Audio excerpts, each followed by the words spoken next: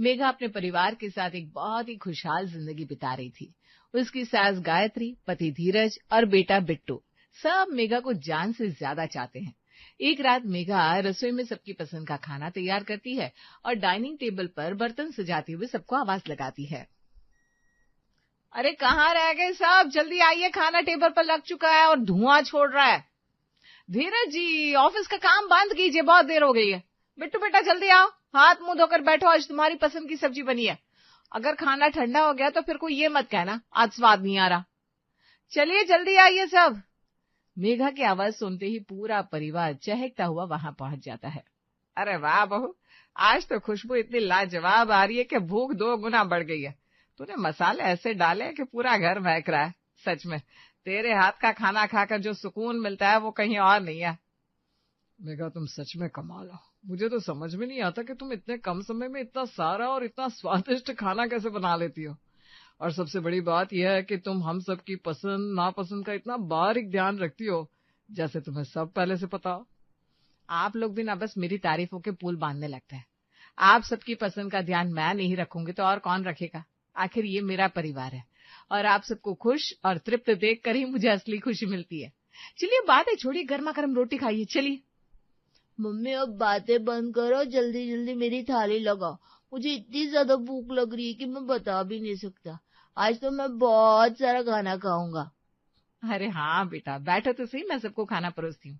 लो, ये तुम्हारी मनपसंद कढ़ाई पनीर और गर्मा गर्म रोटियां। सब लोग हंसी मजाक करते हुए साथ में खाना खाते हैं। कुछ दिनों बाद धीरज ऑफिस से घर आता है और सीधा मेघा के पास जाकर एक डिब्बा उसे थमाता है।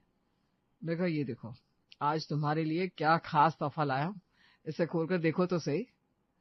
अरे धीरज जी, आप ये नया फोन क्यों ले आए? इसकी भला अभी क्या जरूरत थी? आपको पता है मेरा दिन भर का समय घर के कामों में ही निकल जाता है। मेरे पास समय ही कहाँ होता है फोन चलाने के लिए। पुराना फोन भले टूटा हुआ था पर काम तो दे रहा था ना। अरे मेघा, तुम भी ना हर चीज में किफायत सोचती हो। थोड़ा बहुत समय तो मनोरंजन के लिए सबको मिल ही जाता है। और मुझे सच में बहुत बुरा लगता था जब से तुम्हारा पुराना फोन टूटा था, तब से तुमने नया फोन लेने की बात तक नहीं की। बस इसीलिए मैं ये ले आया ताकि तुम भी दुनिया से जुड़ी रहो। ये फोन देखने में तो बहुत ज्यादा सुंदर है और मुझे तो ये काफी महंगा भी लग रहा है। आपने फालतू में इतने पैसे क्यों खर्च कर दिए? अरे इतना महंगा भी नहीं है जितना तुम समझ रही हो। और फिर यह तुम्हारा है। तुम हम सबके लिए इतना करती हो तो छोटी छोटी चीजों के लिए इतना मत सोचा करो। बस खुश रहो और इसे इस्तेमाल करो। Thank you so much. आपने मेरी जरूरत का इतना ध्यान रखा, मुझे बहुत अच्छा लगा। मेघा को नया फोन मिल जाता है और यहीं से कहानी में बदलाव शुरू होता है। अब मेघा अक्सर फोन में खोई रहती, कभी रील्स देखती, कभी खबरें। एक शाम वो सोफे पर बैठकर न्यूज देख रही थी। हे भगवान, ये सरकार ने भी क्या हाल बना रखा है देश का। जब इलेक्शन का समय आता है और इन्हें वोट मांगने होते हैं, तब तो ये बड़े बड़े नेता बराबर हमारी गली मोहल्ले के चक्कर काटते रहते हैं, हाथ जोड़ते फिरते हैं। फिर जब सच में जनता का काम करना हो तो सबके सब गायब। देखो तो सही, हमारी इस कॉलोनी का कितना बुरा हाल हो रहा है। जगह जगह पर गड्ढे हैं, पर अब तक कोई एक्शन नहीं लिया जा रहा। वो तो भला हो इन सोशल मीडिया एप्स का कि आजकल सब कुछ इंस्टा और यूट्यूब पर तुरंत आ जाता है, वरना तो आम आदमी को कभी कुछ पता ही नहीं चलता कि पीछे क्या खिचड़ी पक रही है। मेघा न्यूज देखने और स्क्रॉल करने में इतनी बिजी होती है कि उसे सास की आवाज भी सुनाई नहीं देती। गायत्री काफी देर से उसे पुकार रही थी। बहू, अरे ओ बहू, मेघा। कहाँ मर गई ये बहू? कब से मैं इसे गला फाड़ फाड़ कर आवाज लगा रही हूँ पर इसके कान पर जूं तक नहीं रेंग रही। ना कोई जवाब दे रही है, ना ही अब तक यहाँ आई। पता नहीं क्या कर रही है कमरे में, खुद जाकर मुझे देखना पड़ेगा। गायत्री मेघा के कमरे में पहुंचती है और देखती है कि वो तो फोन में आंखें गड़ाए बैठी है। अरे बहू, तुझे कब से आवाज लगा रही हूँ, तू बहरी हो गई है क्या? या इस फोन के अंदर घुस गई है? तुझे कुछ सुनाई दे रहा है कि नहीं? मैं बाहर बैठी चिल्ला रही हूँ। माँ जी, आप यहाँ, मुझे बिल्कुल पता नहीं चला कि आप मुझे बुला रही थी। अरे बहू, यहाँ ना आऊं तो कहाँ जाऊं? हमें मार्केट जाना है, तुझे याद है ना? घर का राशन पूरी तरह खत्म हो गया है, शाम की चाय के लिए चीनी तक नहीं है। चल जल्दी से तैयार हो जा। माँ जी, मैं तो भी लाइव न्यूज देख रही हूँ, ये वीडियो खत्म होने ही वाला है। एक काम करिए ना, आज आप खुद ही चली जाइए ना। बहू, मैं अकेले बाजार कैसे जाऊंगी? घुटनों में दर्द रहता है, ऊपर से इतना सारा सामान लाना होगा, तो वो सब कैसे संभालूंगी? तू साथ चलती तो सहारा रहता। माँ जी आप भी ना छोटी छोटी बातों का तनाव लेती हैं। आप सीधा उस बड़े वाले सुपरमार्केट में चली जाइए ना, जहाँ सब एक ही जगह मिल जाता है, और फिर वहां से घर तक के लिए सीधा एक ऑटो ले लेना। वो आपको घर के दरवाजे पर छोड़ देगा, कोई दिक्कत नहीं होगी। अरे पर बहू मुझे अकेले जाने में ठीक नहीं लग रहा। माँ जी अभी ना मैं जरा बिजी हूँ, ये वीडियो बहुत जरूरी है, मैं आपसे बाद में बात करती हूँ। मेघा वापस से फोन में डूब जाती है और गायत्री को अकेले ही जाना पड़ता है। धीरे धीरे मेघा को फोन की गंदी लत लग जाती है। एक शाम धीरज ऑफिस से जल्दी लौटता है। मेघा तैयार हो जाओ जल्दी, आज का दिन याद है ना तुम्हें? आज के दिन ही हमारी शादी तय हुई थी, हमारे रिश्ते की बात पक्की हुई थी। चलो आज हम कहीं बाहर बढ़िया जगह डिनर पर चलते हैं। नहीं नहीं धीरज, मेरा बिल्कुल मन नहीं है कहीं बाहर जाने का, बाहर बहुत भीड़ और शोर होता है, घर पर ही ठीक है। क्यों, क्या हुआ? तबीयत तो ठीक है ना तुम्हारी? तुम तो हमेशा बाहर जाने के लिए तैयार रहती थी। अरे धीरज जी, पहले जो अच्छा लगता था वो अभी जरूरी नहीं है ना कि अच्छा ही लगे। इंसान की पसंद बदलती रहती है। और वैसे भी आज मैंने काफी सारी रील्स बनाई है, मुझे उन्हें अभी एडिट करना है, म्यूजिक सेट करना है। अगर आज पोस्ट नहीं की तो मेरे फॉलोअर्स कम हो जाएंगे। क्या? तुम ये कब से ये रील बनाने के चक्कर में पड़ गई? क्या ये सब हमारे क्वालिटी टाइम से ज्यादा जरूरी है? मैं तो शुरू से ही बनाती हूँ, आपने ध्यान नहीं दिया। अच्छा सुनिए ना, रसोई में खाना बना कर रख दिया है मैंने, मेरा पेट बहुत भर रखा है, मैंने खा लिया है। आप भी खा लेना, अब मुझे परेशान मत कीजिए, मैं काम कर रही हूँ। अरे मेघा कम से कम साथ में बैठकर खाना तो खा ही सकते हैं ना, दिन भर बाद तो हम साथ में होते हैं। धीरज प्लीज, मुझे नींद भी आ रही है और काम भी है, मैं जा रही हूँ। अब मेघा किसी पर भी ध्यान नहीं देती। एक शाम बिट्टू स्कूल से रोते हुए आता है। मम्मा देखो ना, मेरी ट्यूशन वाली मैडम ने आज मुझे बहुत मारा। मैं उनके पास अब पढ़ने के लिए कभी नहीं जाऊंगा। अब क्या गलती की तुमने? जरूर वहां भी शैतानी की होगी, वरना मैडम क्यों मारेंगी? मैंने कुछ नहीं किया। मैडम ने अचानक टेस्ट ले लिया और चैप्टर 4 के सवाल दे दिए, जबकि वो चैप्टर तो मैडम ने अभी तक पढ़ाया भी नहीं था। मुझे पता ही नहीं था तो मैं क्या लिखता, इसीलिए कम नंबर आया और उन्होंने मुझे मार दिया। तो इसमें गलती तुम्हारी है ना बेटा, अगर मैडम ने नहीं पढ़ाया तो क्या हुआ? तुम घर पर भी तो खुद पढ़ सकते थे, तुम खुद ध्यान नहीं देते और मैडम को दोष दे रहे हो। बहू, तेरा ध्यान अपने बेटे के रोने से ज्यादा उस फोन में लगा है। तुझे बच्चे का दर्द सुनाई भी दे रहा है कि नहीं? कैसी माँ है तू जो उसे डांट रही है? माँ जी बिट्टू ने गलती की है, अब उसकी गलती पर मैं क्यों उसका साथ दूं? उसे खुद मेहनत करनी चाहिए ना। गलती बिट्टू की नहीं, तेरी है। अरे हमारा बेटा कितना समझदार है, जो चीज उसे क्लास में बताई नहीं गई उसका टेस्ट लेंगे तो वो क्या लिखेगा? जा उसकी ट्यूशन वाली मैडम से एक बार बात कर और पूछ के बच्चे पर हाथ क्यों उठाया। माँ जी आप ना ज्यादा चिंता मत कीजिए और बात को मत बढ़ाइए, कोई जरूरत नहीं है मैडम से बात करने की। बिट्टू आगे से तुम खुद ज्यादा ध्यान देना पढ़ाई में, जाओ यहाँ से। मेघा वहां से चली जाती है। गायत्री दुखी होकर बड़बड़ाती है, हे भगवान ये क्या हो गया है मेरी बहू को, हंसते खेलते घर को अपने हाथों से बर्बाद कर रही है। न सास की इज्जत, न पति का प्यार, न बेटे की ममता, बस उस फोन में ही पूरी दुनिया बसी है इसकी। कुछ दिन और बीत जाते हैं। एक शाम गायत्री तैयार होकर मेघा के कमरे में आती है। चल बहू तैयार हो जा। कहाँ जाना है माँ जी इतनी शाम को? अरे बहू सुबह बताया था आज कॉलोनी में सत्संग है, सब साथ जा रहे हैं। अरे नहीं नहीं माँ जी मैं नहीं जा पाऊंगी, मुझे आज बहुत जरूरी वीडियो अपलोड करना है। क्यों नहीं जा पाएगी? सच तो यह है कि वहां तुझे फोन चलाने को नहीं मिलेगा, इसलिए तू फना कर रही है, तो भक्ति से दूर होती जा रही है। माँ जी मेरी तबीयत ठीक नहीं लग रही है, सिर में दर्द है, आप अकेले ही चली जाइए। मुझे अच्छे से पता है तेरी तबीयत को क्या हुआ है, तुझे फोन का नशा चढ़ा हुआ है। यहाँ खड़े होकर तुझे मनाने से अच्छा है कि मैं अकेले ही चली जाऊं। गायत्री अकेले चली जाती है। अब घर का हाल बुरा होने लगता है। धीरज ऑफिस लेट जाने लगता है, बिट्टू भी पिछड़ने लगता है। एक दिन बिट्टू मेघा के पास आता है। मम्मा मुझे आपके हाथ का खाना खाने का बहुत मन कर रहा है। 2 हफ्ते से दादी कैसा वाला खाना बना रही है।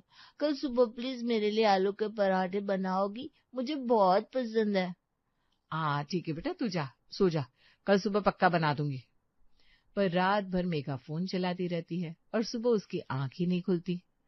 क्या है ये मेघा, रोज का यही तमाशा हो गया है, ना समय पर नाश्ता मिलता है ना टिफिन, तुम अपनी जिम्मेदारियां पूरी तरह भूल चुकी हो। मम्मा मेरे टेस्ट में कम नंबर आए क्योंकि मैं भूखा था और स्कूल के लिए लेट हो गया। कल आपने वादा किया था पराठे का, पर आज आपने नहीं बनाया। अरे वो रात भर फोन चला रही थी ना, तो सुबह आंख लग गई। मैं बना देती हूँ ना, इतना शोर क्यों मचा रहे हो? धीरज, अब बहुत हो गया। घर के काम के लिए हमें एक मेड रख लेनी चाहिए। बहू की हरकतें देखकर अब मुझे नहीं लगता कि ये घर संभाल पाएगी। माँ, आप सही कह रही हो। रोज मुझे मेघा की वजह से ऑफिस में शर्मिंदा होना पड़ता है और ताने सुनने पड़ते हैं। अब मेड रख ही लेते हैं। वैसे माँ जी, आपका ये आइडिया अच्छा ही है। अरे मेरे पास भी टाइम नहीं होता घर के इन फालतू कामों के लिए। मेड रहेगी तो मुझे भी आसानी होगी और घर में किसी को कोई प्रॉब्लम भी नहीं होगी। हाँ भाई, तेरा तो जैसे बड़े बड़े बिजनेस चल रहा है ना, जो तेरे पास घर का काम करने का समय नहीं है। बहू, एक बात समझा दूं, लत किसी भी चीज की हो वो जहर होती है। ये फोन तुझे अपनों से दूर कर रहा है, पर तुझे समझ में नहीं आ रहा।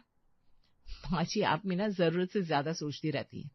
अरे थोड़ा ही तो फोन चलाती हूँ मैं मनोरंजन के लिए, और मनोरंजन तो सबको चाहिए। पता नहीं क्यों आप लोगों को यही लगता है कि मैं दिन भर फोन में लगी रहती हूँ। एक रात मेघा हॉल में बैठकर रील देख रही थी, तभी गायत्री वहां आती है। बहू, रात के 1 बज रहे हैं, तुझे सोना नहीं है क्या? कल फिर सुबह तेरी आंख नहीं खुलेगी। नहीं माँ जी, अभी नींद नहीं आ रही है। और देखिए ना, ये रील कितनी फनी है, मेरा तो हंस हंस कर बुरा हाल है।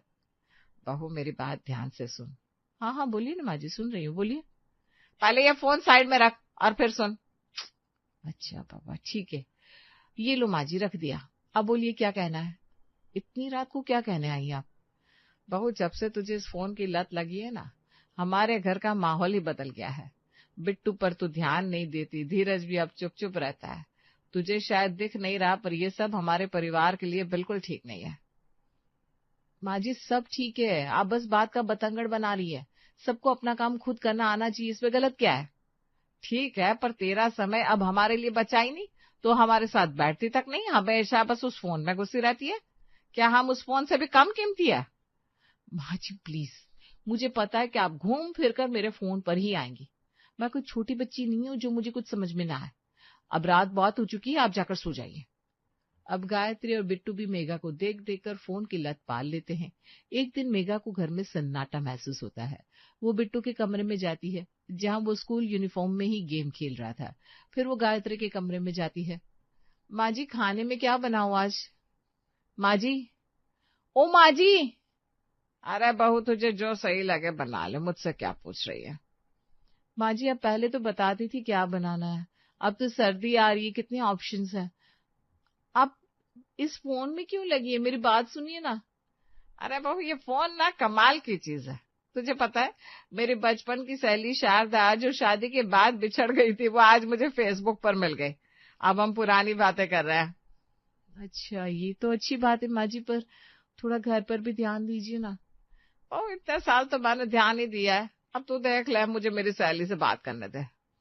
अगली सुबह बिट्टू तैयार नहीं होता और गेम खेलता रहता है। अरे बिट्टू, ये क्या है? कपड़े यहीं रखे हैं और तू अब तक तैयार नहीं हुआ? स्कूल जाना है कि नहीं? चल फोन दे इधर। मम्मा, मुझे आज स्कूल नहीं जाना। क्यों नहीं जाना? आज तो मैथ का टेस्ट है तेरा। चल जल्दी तैयार हो जा। मम्मा, मेरे पेट में बहुत तेज दर्द हो रहा है। झूठ मत बोल बिट्टू, अभी तक तो ठीक था, मजे से गेम खेल रहा था, अचानक दर्द कैसे होने लगा?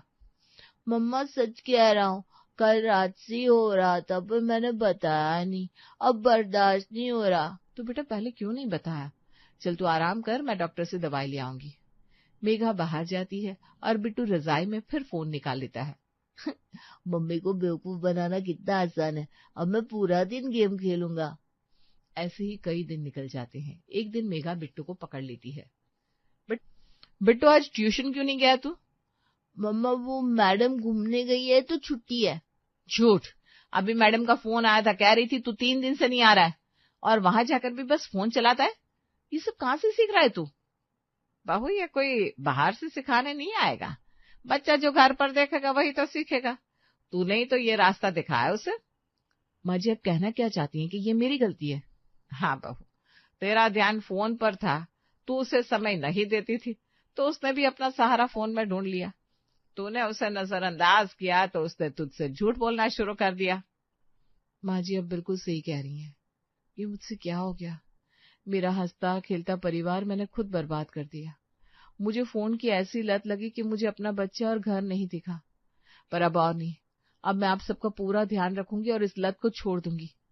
मेघा को अपनी गलती का एहसास होता है। वो समझ जाती है कि अपनों का साथ उस छोटी सी स्क्रीन से कहीं ज्यादा कीमती है। अब वो फोन का उपयोग सिर्फ जरूरत के लिए करती है और अपना सारा प्यार अपने परिवार पर लुटाती है।